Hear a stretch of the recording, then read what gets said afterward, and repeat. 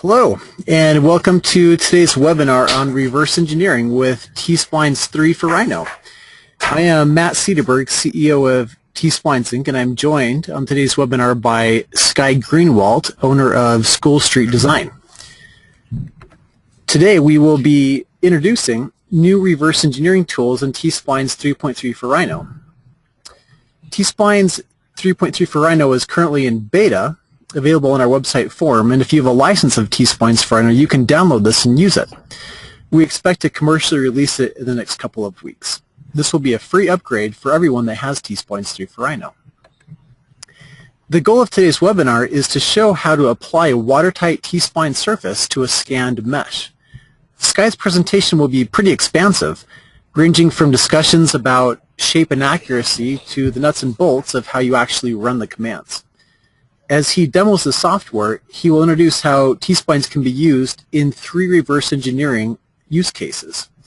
First, modeling new forms from a scan. Sometimes you have scanned data that you want to use as a reference and then create a new variation. Skye will demonstrate this by adding a scoop to a scanned car hood. Second, modeling for shape. When Skye scanned his airplane nose bowl, he wasn't as interested in nailing the manufactured imperfections as he was with reverse engineering how the shape ought to be. And he'll show how T-splines can be used if that is your aim. Finally, Skye will talk about modeling for accuracy and how you can measure that accuracy, using as an example the guitar neck he's reproducing for a client. So today, Skye will be using T-Splines 3.3 as a plugin for Rhino 5, which is also in beta. T-Splines 3.3 works with both Rhino 4 and Rhino 5. Skye and I fought a little bit about whether he should use Rhino 4 or 5 in this webinar. I was concerned because I know a number of our users have chosen to not use Rhino 5 until it is commercially released, and I want to be very clear that T-Splines 3.3 works just fine with Rhino 4. In the end, I decided to let Skye win and use Rhino 5. As he points out, at this point, Rhino 5 is very stable and has better display options than Rhino 4. But the bottom line is that T-Splines works just fine if you're using Rhino 4 or Rhino 5. So now just a bit of housekeeping. All of our attendees are muted, which is great because this is more people than we've actually ever had in the webinar.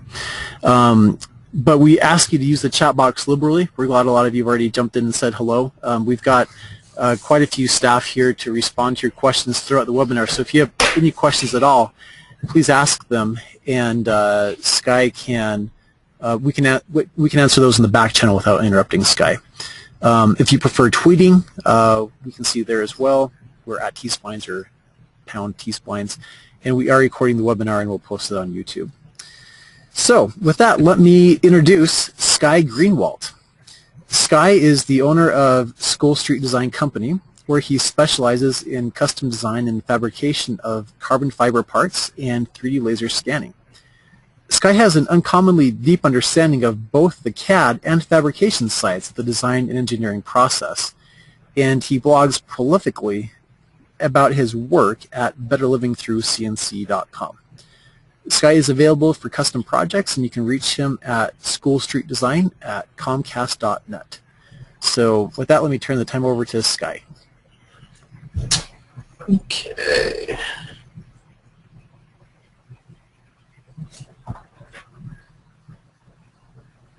All right, Matt, thank you very much.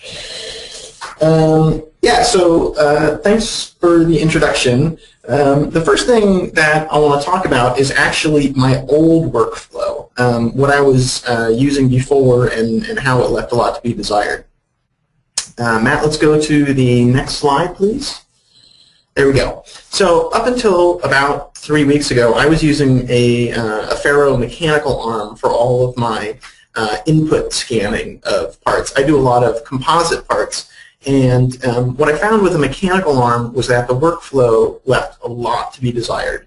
And there's a lot of laborious steps when using a mechanical arm and trying to make surfaces from that data. And so what you need to do when you have a ferro arm or something like it is you gather the points with the arm, and it's really best to pick these points out ahead of time and plan them out. And then from those points you make curves. From those curves you need to make surfaces. And then With a mechanical arm, you've got a ball probe, and so the probe is picking the center of the ball, not the surface. And so your surface needs to be offset in the normal direction to compensate for that ball probe. So you offset those surfaces, and then oftentimes the offset surfaces end up being really, really heavy, and so you end up rebuilding that. And so that's everything that I had to go through just to get to sort of square one, where I had a representation in my computer of the surface that I was starting with. So something like a starting point for my modeling. And that could often take hours to do.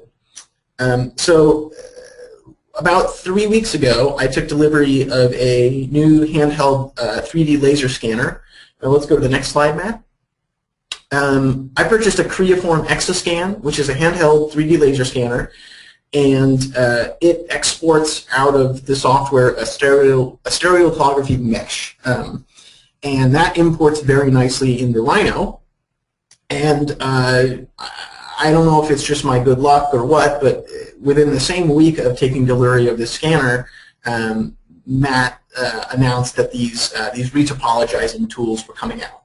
And so my new workflow is much, much improved. What I do is I scan the object with the laser scanner, I pop out a mesh, I bring that mesh into Rhino, and then I can apply a T-spline surface directly to that mesh. And so that's really the goal of this talk today, is to show you sort of the ins and outs of applying a T-spline to a scan mesh. 3D laser scanning seems to be really taking off in the past couple of years. There's a lot of options out there, both in terms of very sort of low-cost DIY setups all the way up to the higher-end commercial setups.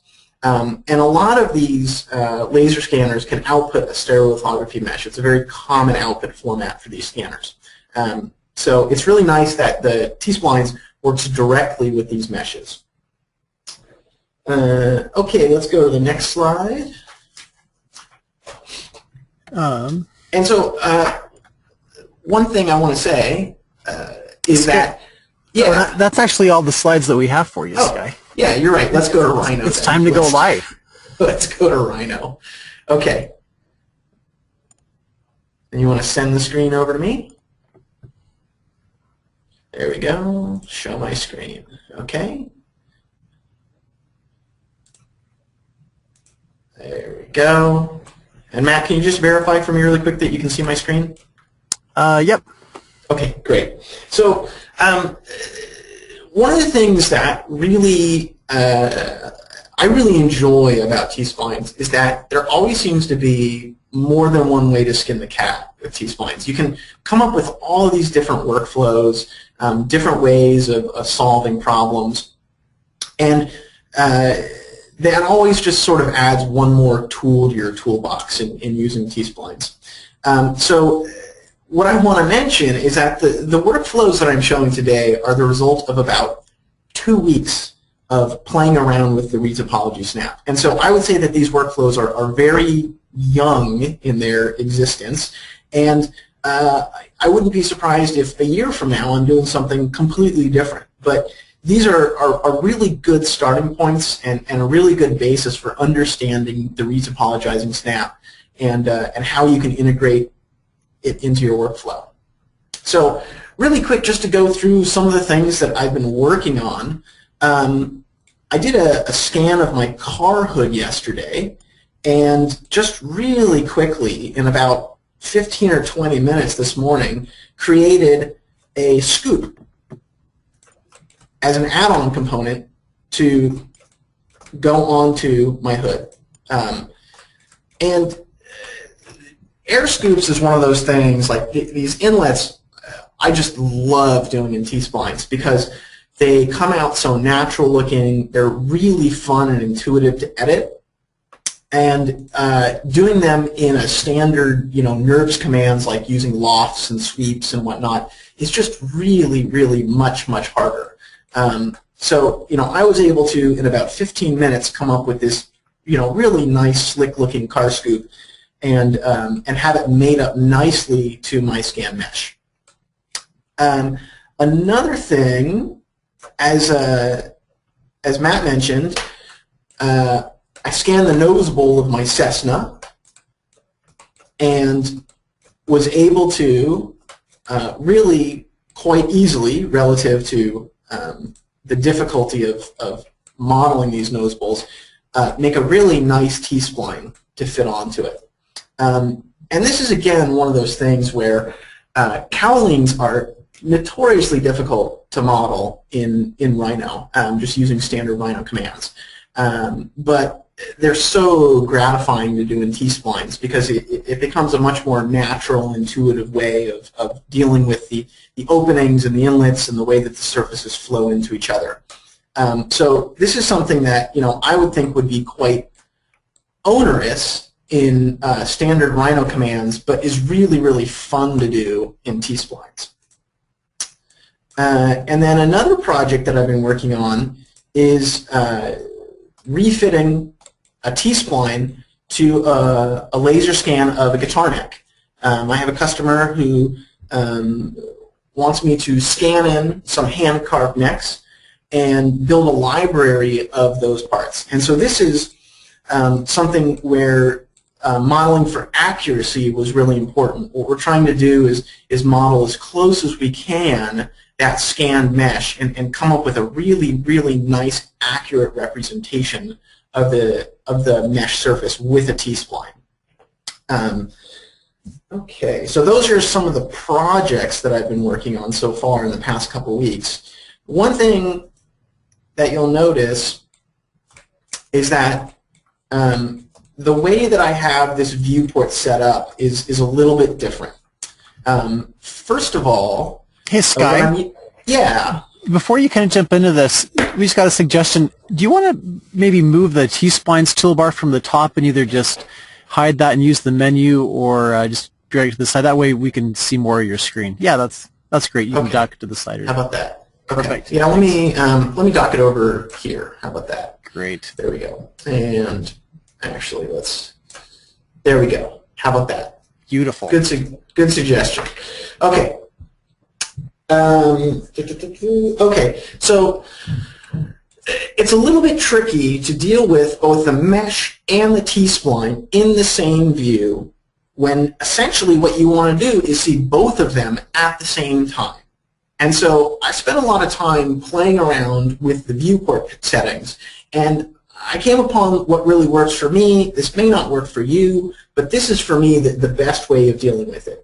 And first of all, just from a layer management standpoint, it's always best to put your scan data and your T-spline on separate layers. And then if you go over here and you click on the materials editor here, you'll see what I've done, and this is on my scan layer, is I bring the transparency of that way up to like 75%. I want this scan to be pretty well see-through. So it's there, but I can also see through it at all angles. And that helps a lot, especially when the complexity of the scan data goes up. The other thing that you might notice is that I've got this really nice sort of shiny look on my T-spline here. And I'm using an environment map called Auxpecker, A-U-X-P-E-C-K-E-R. And if you just do a search on Auxpecker, I'm sure it'll come up. These are really commonly used environment maps that you can use to give this nice sort of shiny look to your T-spline.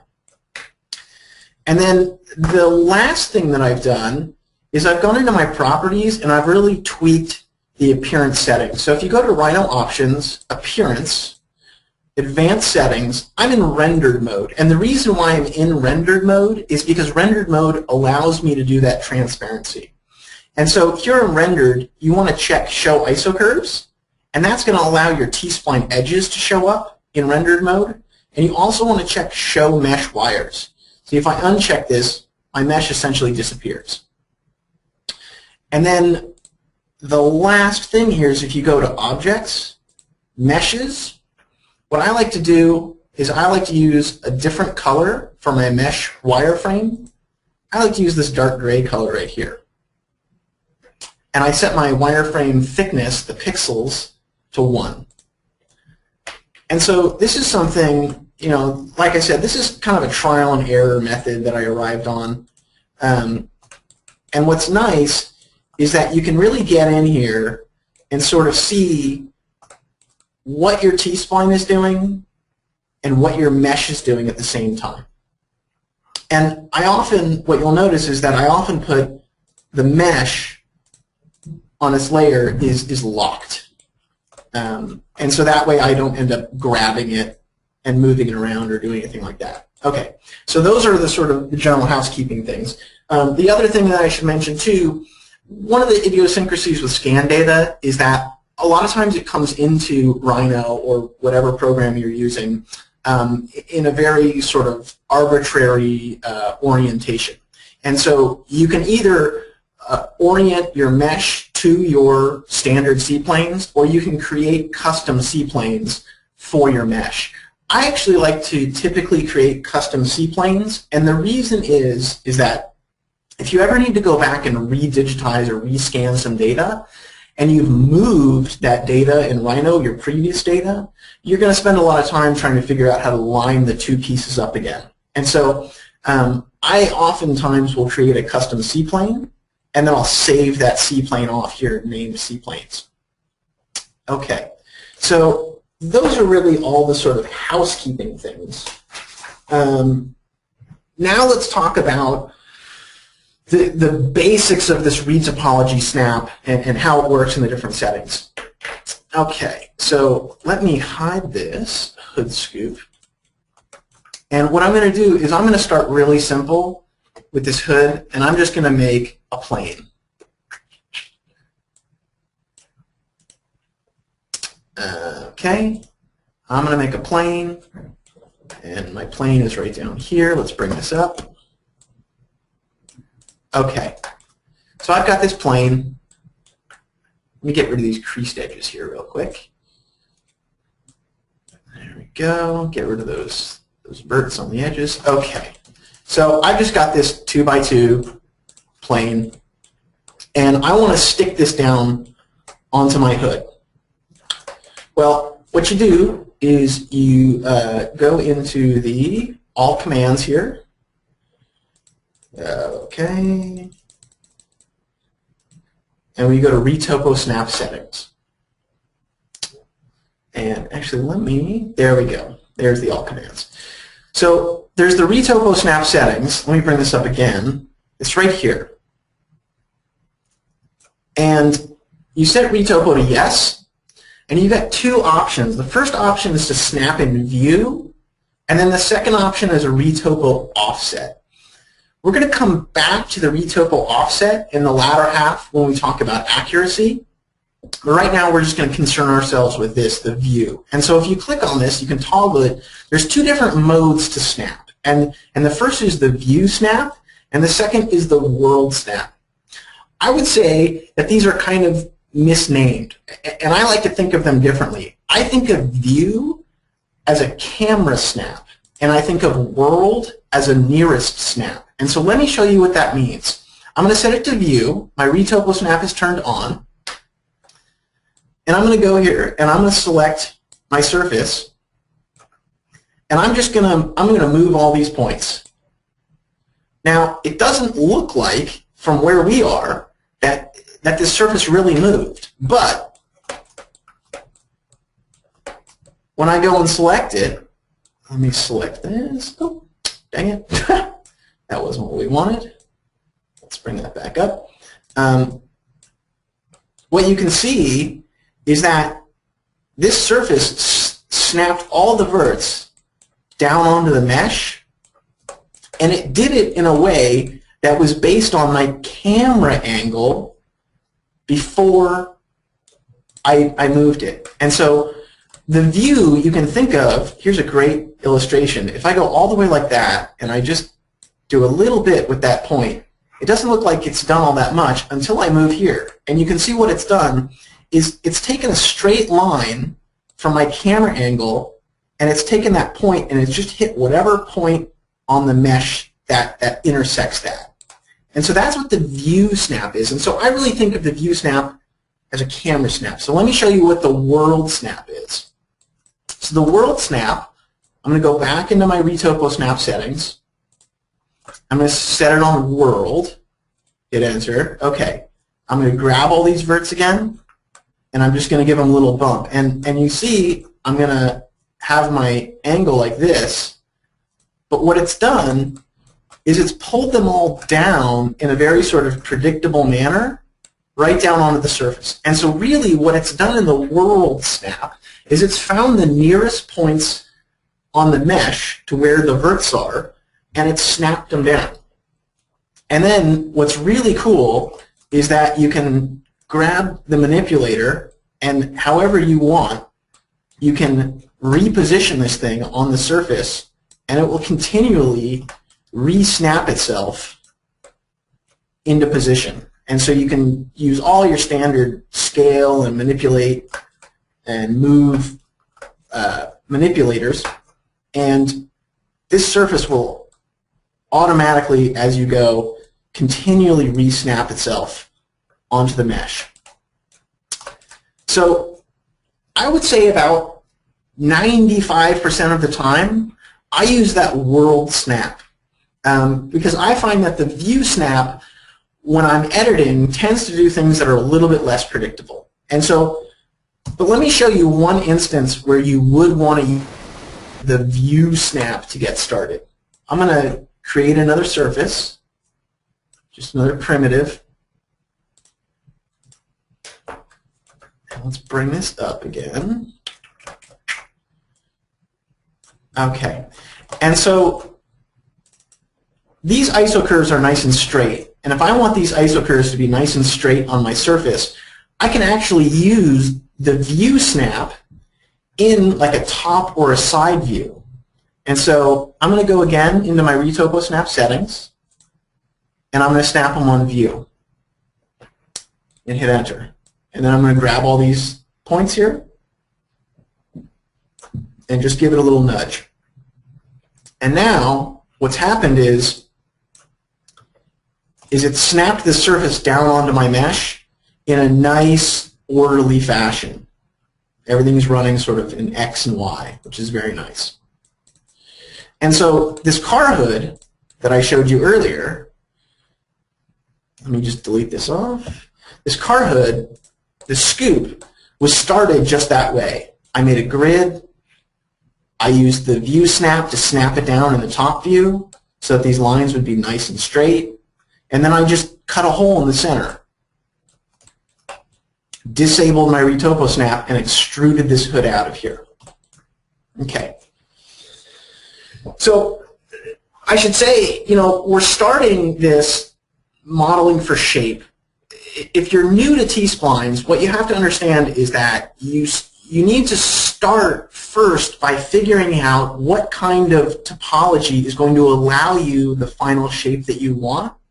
And then down the road, you can add the accuracy. And so we have to build on the shape modeling concepts to get to the accuracy. I know that probably most people listening to this webinar are really interested in accuracy. We're going to get there, but we have to get through the basics of modeling for shape with the Retopo snap first. Okay. So here's another quick little demo, and this is a good example of instead of snapping down in the view setting, snapping down in the global setting. I did a talk last week about nurbs, and I did a little demo using this laser scan. This is the lid of my butter dish from my fridge. I was staring at my fridge trying to think of something fun to scan, and I said, oh, let's do this butter dish. And because this butter dish is symmetrical about 2 axes, I chopped it up with some planes. And let me just say briefly, if you have at your disposal a different mesh editor for sort of trimming and cleaning up your scan meshes, by all means use that. I would say that the mesh tools available to you in Rhino are pretty rudimentary. And so if you can sort of chop up your mesh ahead of time or trim off the edges and clean it up, by all means do that. Okay, so I chopped this thing up into 4 bits, and then I took one of them, and I said, okay, we're just going after the general shape of this thing, so let's let's model it on this quarter of this butter dish. So again, I'm going to go to Create, and I'm going to make a primitive, and this time I'm going to make a box primitive, because this is basically like a quarter of an open box. Let's do Y faces 6, X faces 4, Z faces 4, and we're going to make our box here. Okay, so I didn't even bother making this box, you know, on my little butter dish here, and you'll see why in a second. I'm just going to delete off the parts of this that aren't really doing anything for me, that I don't need, that don't resemble a quarter box with a side open. So let's delete off these faces and these faces, and now I've got this T-spline primitive that's kind of like my quarter of my butter dish here. And so I can just bring this over like this, and then I can see like, oh, okay, I can really, really roughly just scale this thing, and you don't even have to try very hard. You'll see that the Retopo snap can do a lot of work for you. It's really nice. So let's just barely get this thing into place. Let me move this edge over a little bit. Maybe bring this edge in. Oh, let me turn off my Retopo snap for a second. That's probably good. And let's bring this over like this. Okay, so in the roughest of rough terms, I have something that approximates this quarter of a butter dish. Let's go back and let's set our Retopo snap settings. And in this case, we want to snap in world. And this is because there's not really any good camera angle here where each one of these points will snap down in a nice predictable manner onto my mesh. And so in this case, what you want it to do is find the nearest point on the mesh to your verts. Okay, so I turn on all my verts, and then I can just sort of bump this thing, and boom. And you know, this is one of those things that just kind of never gets old. You know, it just snaps right down onto it like that. And if you're going for just the general shape of this butter dish, you're pretty much 90% of the way there at this point. What I might do is just clean up these edges a little bit, and I can use the set point command to do this. So I can run the set point, and in this case I want to set in Y. Okay, and we're going to line this up here. And then I can do the same trick along this edge here. And you can see, even using set point, this is going to be along the x-axis, even using set point, the Retopo snap keeps working, which is really nice. And let's just clean up the bottom of this a little bit. Let's set this in Z,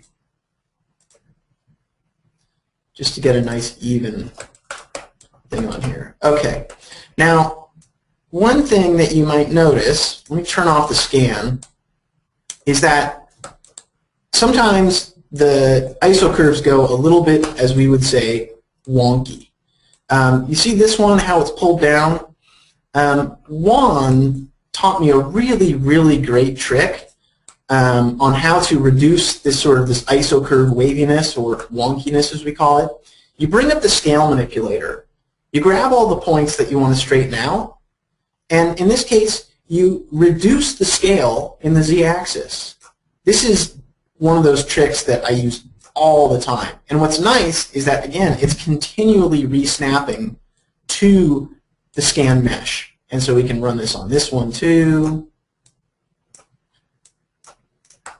And then what we can do is we've got a nice, much more orderly surface now. And so we can mirror this. And so let's add some symmetry. Select your T-spline to apply symmetry to. There we go. Going to add some axial symmetry. There we go. And we're going to do this again in this direction. Oh, there's a new command line option here, and it catches me up right now. I'm not used to the new command line there. Okay, so now we've got this nice butter dish. that we've done just for shape. And what's really cool is that you can sit here and you can edit individual points here, and of course it's going to mirror that edit all around. Okay. Now, to start to get a little more complicated, let's talk about this Cessna nose bowl that I did. Let me just bring up just the scan. Let me turn off this T-spline. Okay, so one of the things that I learned from Kyle Houchins, who's done webinars for T-Splines before, is that you should only draw something once, or you should only model something once. If you design cars for a living, with T-Splines, you can design one car, and then you can use that model as the basis for all of your other cars. And so if you do shoes, you should do one shoes. Well, one shoe. So I do airplane parts, and so I did one cowl a ways back. And so what you can do, and this is a really neat workflow. And so I have this sort of proto cowl. This let's call it a cowl primitive here, that I did when I, a couple of months ago, decided, well, what does it take to make a nice nose bowl? And so I figured it out, and here it is. And so instead of trying to mimic all of this different topology here on the surface, what I did instead was I just kind of scaled and really, really roughly manipulated this thing into place so that it's just almost like the butter dish, just starting to mimic the surface that I want to fit. And in this case, I'm really only interested in half of it. And so I'm going to show you what you can do. This is a little bit like the butter dish, but it's just so impressive. This never gets old for me. Let's delete this off. Okay, we're going to turn on all these verts. We're going to make sure that our Retopo snap is indeed in world. And then what you can do is you can grab your primitive and you can just bump it. And what you can see is that it's taken this primitive and it's done a pretty darn good job of sucking it down onto the mesh. Now, that being said, there's very, very few control points in this primitive. And so, as you'd expect, when you look at like this inlet here, the inlet that you've got isn't really hitting your scanned inlet. But the only thing missing is enough points and edges to make this thing work. And so what you can do is use the TS insert edge command. And here, yep. So you can use the TS insert edge, and that will actually work with the retopologizing snap. And so you want to use simple, and it's going to say, select a ring to be split. And so I know, like, well, look, this edge here, I know that I need more edges along here in order to fit this inlet better. And so I'm going to add some edges here.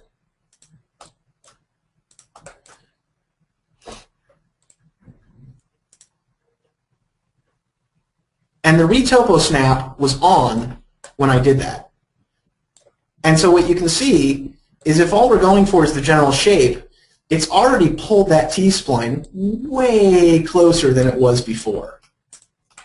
And so what I did was I just took this primitive and I did that sort of over and over for about an hour to make this T-spline that if what you're going for is the general shape of this cowling, this is certainly that. This is a really nice representation of that cowling shape. Oh, and I should mention, so you can start with a plane or start with a primitive, and your primitive can be either these T-spline primitives or it can be one that you create yourself, and you can just shrink wrap that down onto your mesh. And then I should mention one other workflow, which is the append face workflow. And this is like another really basic workflow. You run TS append, and your Retopo snap is again on, and you can then just pick points and start building your T-spline surface like this. And again, because your Retopo snap is turned on, you can move this surface anywhere you want. Well, didn't that make me look silly? There we go. Okay. You can move this surface around, and it's going to continually resnap itself to the mesh. Okay. So those are the types of strategies that I use when I start these things. And like I said, you need to start by going for shape. And then after you have your shape, you can then start thinking about accuracy. So, hey, Sky. Yeah. Before you move on, you have those faces of pen in there. We just got a question come in about how this works with extruding edges. Could you just extrude a few edges to show that? Oh, absolutely. Yeah. So you can also extrude edges. And again, you just click these edges, you hit Alt, and you drag it, and it's Retopo snapped. There you go. In fact, the first time that I did this cowling, the model that I'm showing you here is slightly different from the one that was used in the landing page for the webinar. The first time that I did this cowling, I did it with the append face workflow. And what I did was I just started with a face right in here, probably like this square right here, and I built the whole thing out from this one square. Now that being said, my topology ended up being a little bit different. My star points were a little bit different, and so I didn't think in the end for something this complicated that was the best workflow, but using append and extruding edges, you can certainly grow a model really, really easily that way, and it's really cool. And Matt, are there any other workflows that I should be mentioning? There's some questions coming in about how if the control points are snapping right to the model, that in fact the surface would be slightly above or beneath it. But I think you're going to be addressing that. That's the next thing we're going to address, right? So that's a great segue. So. Indeed, right? So if you're putting your control points right on your mesh, your surface is going to be slightly off from that mesh. And how much it is, depending on the accuracy of your application, really matters. And so let's go back to the car hood here for a second. And let me hide this scoop. And let me show you how you can actually measure the deviation, and then I'm going to show you some different strategies for really bringing the error way, way down. So again, let's just take a plane, and let's do something that's, how about 4x4? And we're just going to take this thing, and I'm going to snap in my view setting again, because I want this thing to keep its ISO curves nice and straight. Yep, so I'm snapped in view. I'm going to go to my top view. There we go. I'm going to grab this, and I'm just going to bump it. And it should pull right down onto my mesh. We've had a few questions about what bumping it means, and that's just dragging the manipulator just a slight bit so that it moves it, and then that activates the retopology snap. That's exactly right. Yeah, I mean, you can move it, 1/1000th of a unit, and that's going to cause the retopology snap to kick in. And so that's indeed what I mean by bumping it. That's sort of my own term that I kick around. Okay, so as was pointed out, if you've got all these control points on the surface, even though the curvature of this is quite low, your surface is on the inside of this hood because of the way that it curves, right? And so you might ask yourself, well, how much is it on the inside of the hood? Well, I posted on the Rhino forums a couple weeks back and said, hey, how can I figure this thing out? And Pascal mentioned a really great command called point deviation. And this is really, when you start trying to dial in your accuracy, this is a great, great tool. that being said, this tool doesn't seem to play that well with this webinar software. So you're going to have to hang with me for a moment here while I get this thing up and running. There's usually some little display glitches is what I found. But, oh, hey, look, it worked perfectly this time. Okay, so this is the point deviation command in Rhino. And this is just kind of dumb luck that Rhino treats an STL mesh like a big collection of points. And so what it says is, what is the deviation between my points, which in this case is my mesh, and a surface? In this case, it'll accept a T-spline as input. And so what you've got here is some really, really great, you can get some color-coded data on your error. And so you've got to come up with what you think are reasonable error amounts for the surface that you're working on. And so I'm going to call anything under 5 thou. I work in inches. I know that the rest of the world works in metric. I'll apologize for that. But I'm going to call anything under 5 thousandths of an inch a good point. And I'm going to say that anything over 20 thousandths of an inch is a bad point. And so you can see we've got quite a few bad points here in the middle. So what are your options here? Well, first of all, if you want to, you can simply point at it. And when you point at it, one thing that's really nice here in your drag mode for T-Splines is you can point at it in UVN mode. And so if you just want to bump a point out normal to the surface, you can do it really easily. And so I can grab a point here, and I can just bump it a little bit up. And what you'll see, if you give it a second, is that the error in real time will recalculate. And so we're now shrinking that area. The other thing, where it doesn't fit as well, the other thing that you've got is something called hair. And so with hair here, you can get another graphical representation of the error that you have. And in general, to fix a problem, you need to push the surface towards the hair. So, so you can see that everything's got to come up here, which is no surprise. So your first line of defense, of course, is that you can point at it, but you wouldn't want to point at it every single point on this surface. You'd want to do something a little more elegant. So let me show you the more elegant way of dealing with this. And so I'm going to start again with just a really basic plane.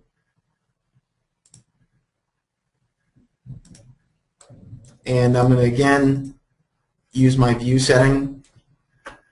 I'm going to get rid of those tangency handles at the edge there. There we go. Okay, I'm going to use my view setting to retopo snap this thing onto the hood. Good. Okay. So let's just give this a little bump. And there we go. Okay, so it doesn't make sense to point edit something like this. So you might say to yourself, you know what I really want is I want a command that makes my T-spline surface go through my control points. I mean, that's conceptually what you want, is the surface to go through these points, because the points are on your stereolithography mesh. Well, lucky for us, we already have this command. It's called TS-interpolate. What you want to do with TS-interpolate is you want to put your mesh into box mode. And if you put your mesh into box mode, or your T-spline surface rather into box mode, and then you run TS-interpolate, what it does is it makes a smooth surface that passes through the control points. And what you can see now is that the view starts to get really kind of modeled. And when it gets modeled like this, that tells me that my T-spline and my mesh are starting to get really, really close to each other. So now let's run point deviation again, and let's see what it looks like. So again, it's going to say select points to test. I select my mesh, and then it asks me for a surface. I select my T-spline, and So again, I'm going to call anything under 5 thou good. And look at that. The vast majority of this T-spline surface now is within 5,000ths of an inch of this hood. And that's just, you know, fabulous and takes very, very little time. Now, what I will say is that as your topology, as your part gets more complicated, TS Interpolate tends to start to do things that are a little bit less predictable, and that things get a little bit wonky when you run TS Interpolate. But it's still a really, really good tool to use. And so if I'm going to run, like say on this guitar neck that I made a model of, I ran TS Interpolate on this, and what happened is the edges here stayed nice, and the edges up here stayed nice, but what happened around here got pretty wonky, and so I had to spend a good deal of time point editing this area here just to get things back to an even keel, so to speak. So TS Interpolate is definitely one way of doing it. Let me show you another sort of slightly trickier way, and that is to use, I talked about this in the beginning, this Retopo offset. If you have a surface that has a fairly constant curvature, then your control points, in order to fit your T-spline to that surface, are all going to be a fairly constant offset from that surface. And again, we can figure out what that value is by using point deviation. And so what we can do here, now let's map in world. Okay, and so what we can do here, I can run point deviation again. Select points to test, I give it my mesh, ask for a surface, I give it my T-spline. And you can see down here, I've got a median distance of like 16 thou. And so that tells me that if I offset this whole thing, the control points, by about 16 thou, that's probably going to do a much better job of fitting this surface to the mesh and driving up the accuracy of this. So let's try doing that. So let's go to our Retopo snap settings, and let's put in 16 thou as our Retopo offset. And so now I'm going to grab all these points again. I'm going to bump them. And if I zoom in here, let's see, it's a little hard to tell because the amount is admittedly quite small, but these points are now floating 16,000ths of an inch off of the stereolithography mesh. And you can see that big parts of it are getting fairly modeled, which means that usually that means that things are getting quite close. So again, let's run point deviation, select points to test.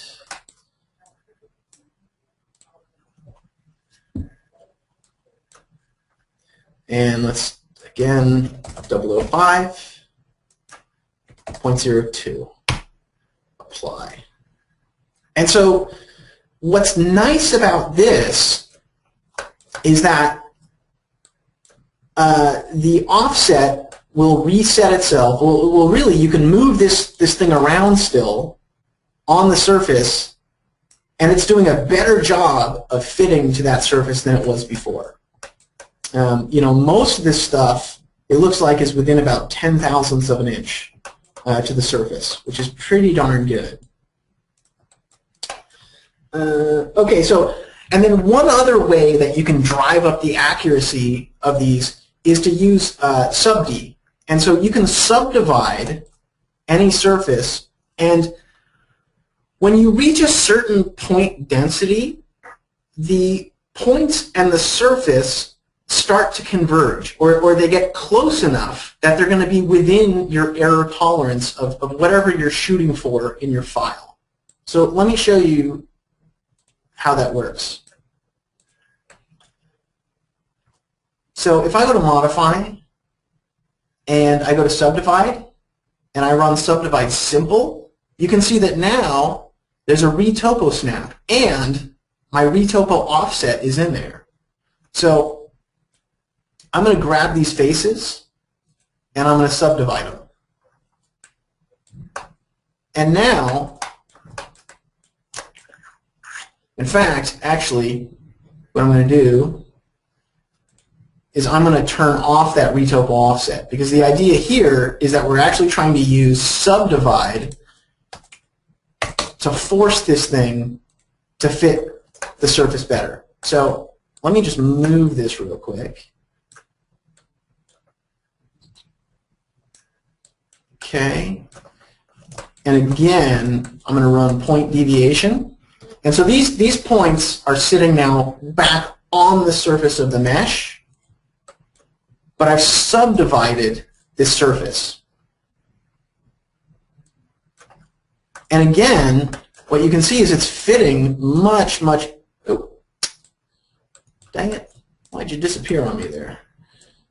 There we go. Okay. 0.5. Okay, and so what you can see, again, even though these points are sitting on the surface, the density of my T-spline makes it such that it's fitting that target mesh really, really nicely. So there's really three different methods here in order to really bring up the accuracy, right? So there's TS interpolate, there's a Retopo offset, and then there's a sort of a brute force subdivide. Now, you can mix and match these methods. The one thing to remember with the sort of subdivide brute force approach is that at a certain point, you're going to start picking up the flaws in your mesh. And so it works really well if you have a very, very clean mesh. It works less well if you have a lot of noise in there, because what's going to happen is your T-spline is just going to start snapping to your noise. In this case, we've got quite a nice smooth surface, and so we end up with, even though this density is quite dense here, we end up with a nice smooth T-spline. If I was to say, do this entire hood, the way that I would approach it, instead of doing, say, an add-on part, if I wanted to do the entire hood, it's a little hard to see here on the webinar, but there's a channel. Let me see if I can get a good angle on it. There's a body line break and a channel that runs up across here. And so what I would do is I would break this panel into sort of three sections. I would do this middle section as one surface, and then I would do another strip of a surface along here, along this channel, and then I would do another strip along here. And I would probably, because each of those surfaces would be really quite simple. They would just be planes. And so they would TS interpolate really, really well. And so what I would do is I would take those three planes and separately I would TS interpolate them, and then I would simply weld the edges together. And if there was any problem with the deviation around the edges, like around this seam here, I would just do a little bit of point editing to polish it off. So with that, Matt, do we have any questions? That's the material that I have. Is there anything else that you'd like me to show? That's great, Sky.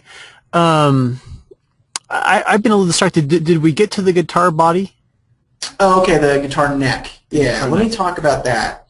Let me bring that up, because that was a good example of sort of a mix and match of different approaches.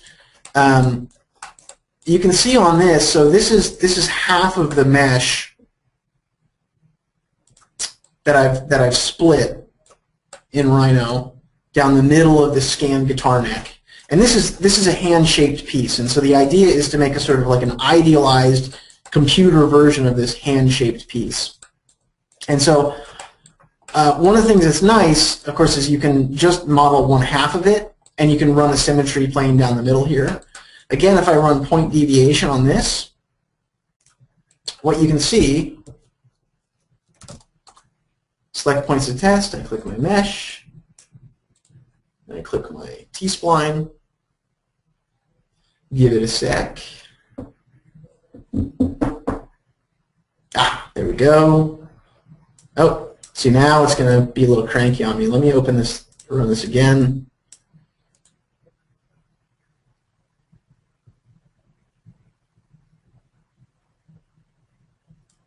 Come on. Oh boy. Yeah, I'm having a display issue here with point deviation. Now it wants to be cranky. Let's try it. There we go. Hey, that fixes it. Okay. So again, I'm going to set like 20 thousandths as a bad point and 5 thousandths as a good point and hit apply. And so what you can see here is that the vast majority of this neck is within 5 thousandths of an inch, especially along here.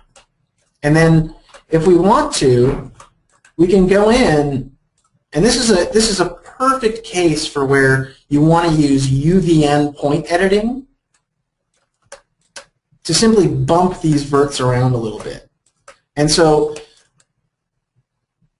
you can tell here that we've got to bring this point here, this T-spline where the star point is, it looks like we need to go in just a little bit. It's a little bit proud of the mesh. And so you can use your UVN point editing here to just bump this thing in a little bit. And if you give it a second, oh, please don't crash on me. There we go. You can see that the color coding of the error updates itself. Same thing right here. We've got things that are, this could probably get pushed in just a bit. Give it a second to update. Like I said before, this point deviation tool, it's very processor intensive because what it's doing is it's calculating the deviation between every single point on the mesh and your T-spline every time you update it. So it's a little finicky. It can take a while, but my God, it's really powerful. It's really, really powerful. So it's a really nice way to be able to balance the accuracy and the smoothness of your surface. And so you can really think about when you do these things, like am I going for the smoothness and the shape, or do I want to replicate every single last little detail on this thing? And so you can use that point deviation to sort of skew yourself in one direction or the other, or mix and match the two. Okay, Mr. Matt? Sky, that's great. But just before I just pull this back to wrap it up, could you just show, let's see, two things. One, could you show how you convert the T-splines to a nurbs? Yeah, okay, great. So that's the easiest thing of all. It's a single button click. And you know, this is one of the great things. If you're listening to this and you've never used T-splines, what you should know is that one of the fantastic things is that it's a simple button click conversion from your T-spline surface to your NURB surface, and it is by definition watertight. And so I've just done the button click NURBS conversion of this scoop, and here it is now as a NURBS poly surface. And I can run show edges and naked edges, and you can see that my only naked edges are around the edge, that I have no naked edges in the middle. And so, you know, if your goal is to take a scanned mesh and make a watertight NURB surface, this in my mind is just a fabulous, fabulous way of doing it. And you can do it for shape, you can do it for accuracy, you can do it any which way you want in between, and really know what the deviation between your mesh and your T-spline is, and consequently your NURB surface. So, you know, that for me is really one of the huge, huge selling points on T-splines, is not only the freedom in design it gives me, but the fact that I don't have to sit here and worry about whether or not this shape has little gaps in it that I have to go and close up. So that's a really, really nice thing about T-Splines in general. Okay, awesome, great, thanks for that. Second, you have that text heads-up display in the corner of your window. Could you just show how you can pull that up? Yeah, okay, so you go to Properties, and you go to T-Splines UI, and this is the text viewport HUD.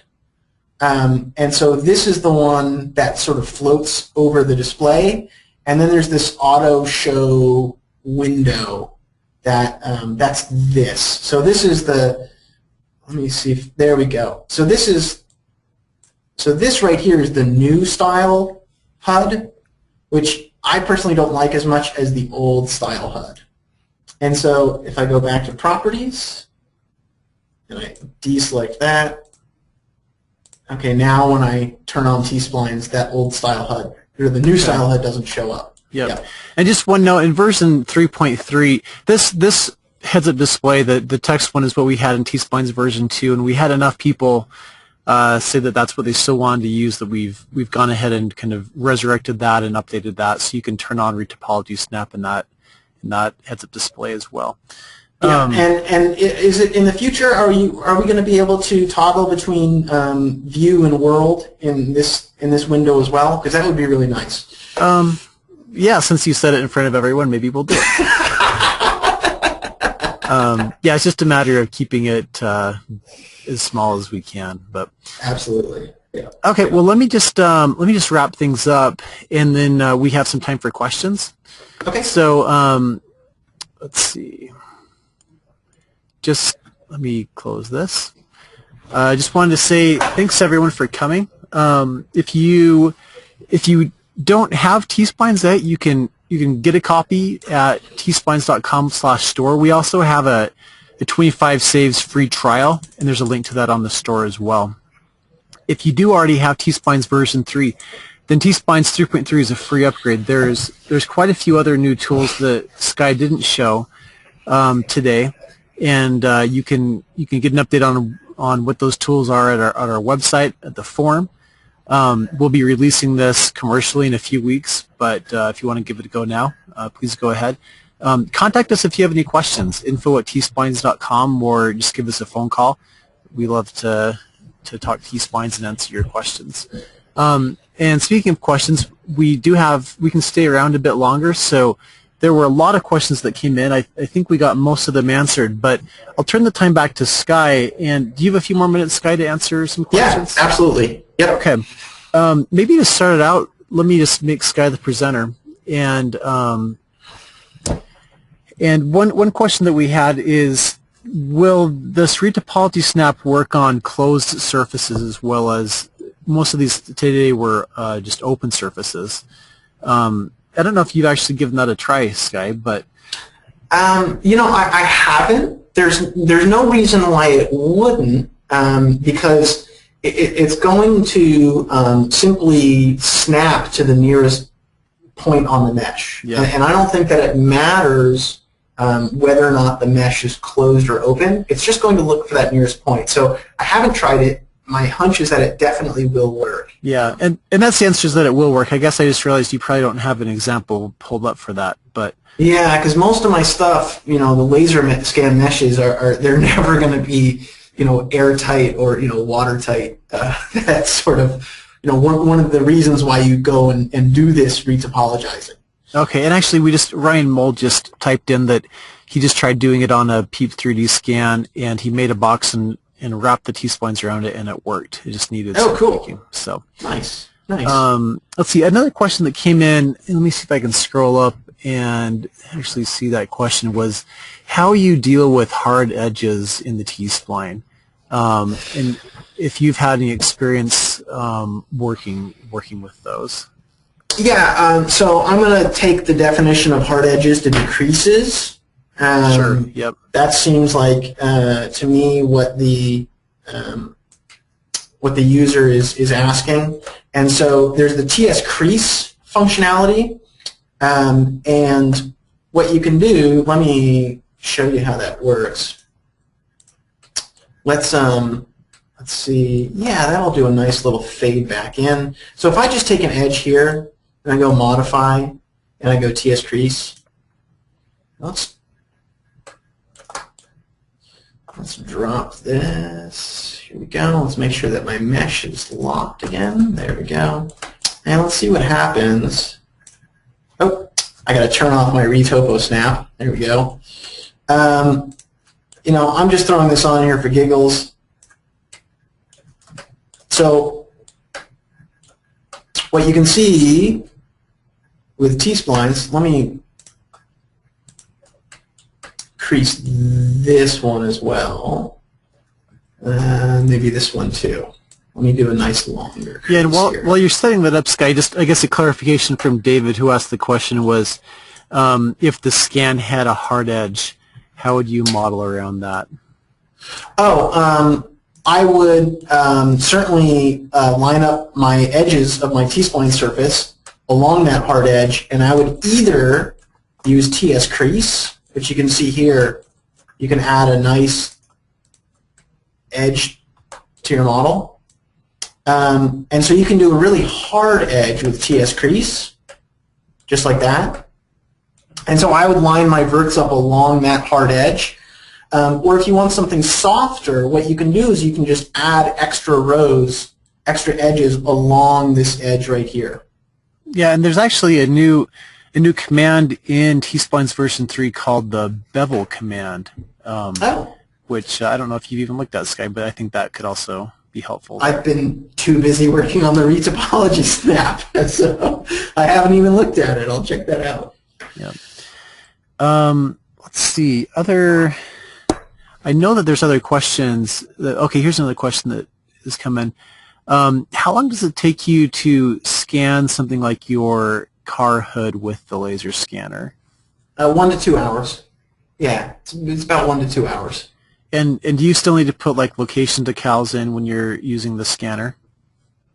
Yeah, the system that I have, it's a Creaform Exoscan, and it uses little target stickers that you put on the object that you're scanning, or around the object that you're scanning if it's a smaller object.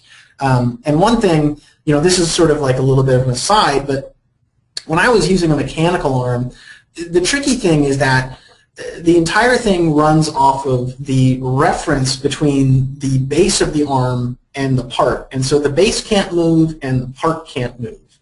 And if they do move, your data is really compromised. And so with the Creaform setup that I now have, the only reference is to these target stickers. It builds a unique picture in the computer of all the target stickers, and that's its reference to the world. And so that it's really neat because you can actually pick the part up that you're scanning and move it around, and none of that matters. If you look at if you remember that picture in the slides from before when I was scanning that engine was just hanging off of an engine picker, and I could sit there and twist the engine around and move it around. It's a really neat way of working.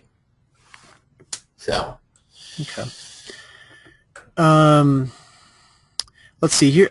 Tim just makes a comment that it would be interesting to see a workflow on a pore mesh created via Autodesk Catch or a similar cloud-based photography software. And I agree.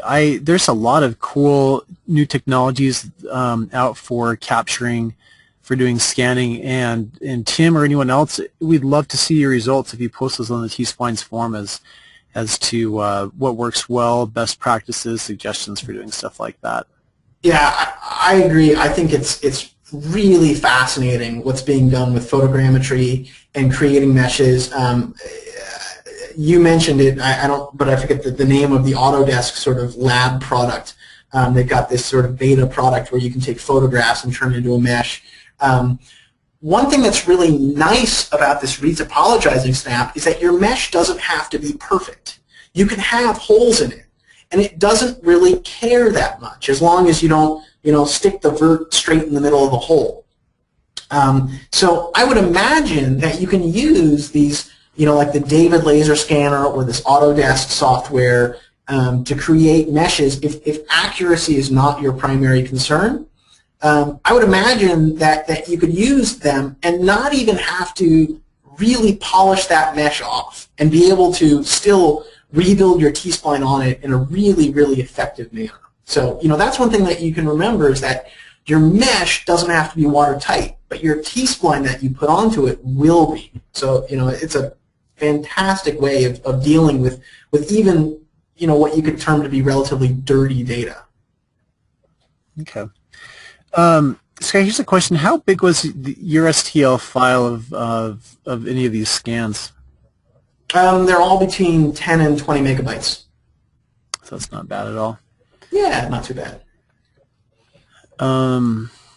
Let's see. A question about, let's see, whether, this is completely unrelated, but whether T-splines can be used with Grasshopper. And you can get more information about that on our forum, or if you go to tsplines.com/grasshopper. And I'm combing through to see what else we haven't hit yet. If you've asked us a question earlier on the webinar, I'm struggling to find which ones haven't been answered yet. So go ahead and resend that if and you guys will post all the questions and answers online too, is that correct? Yeah, we'll put these all in the form after when we post the webinar, so that should be up in the next couple of days. Great. But the one question that had been asked a couple of times was point clouds versus triangular meshes. Yes. So I don't know. I haven't used this with point clouds. Matt, have you guys played around with that at all? Yeah, Tom Finnegan, are you mic'd up? Do you want to jump in and talk to that? Yeah, so I took a look at that actually because we got so many requests for it during this webinar, and it looks like we're not hooked up to use point clouds.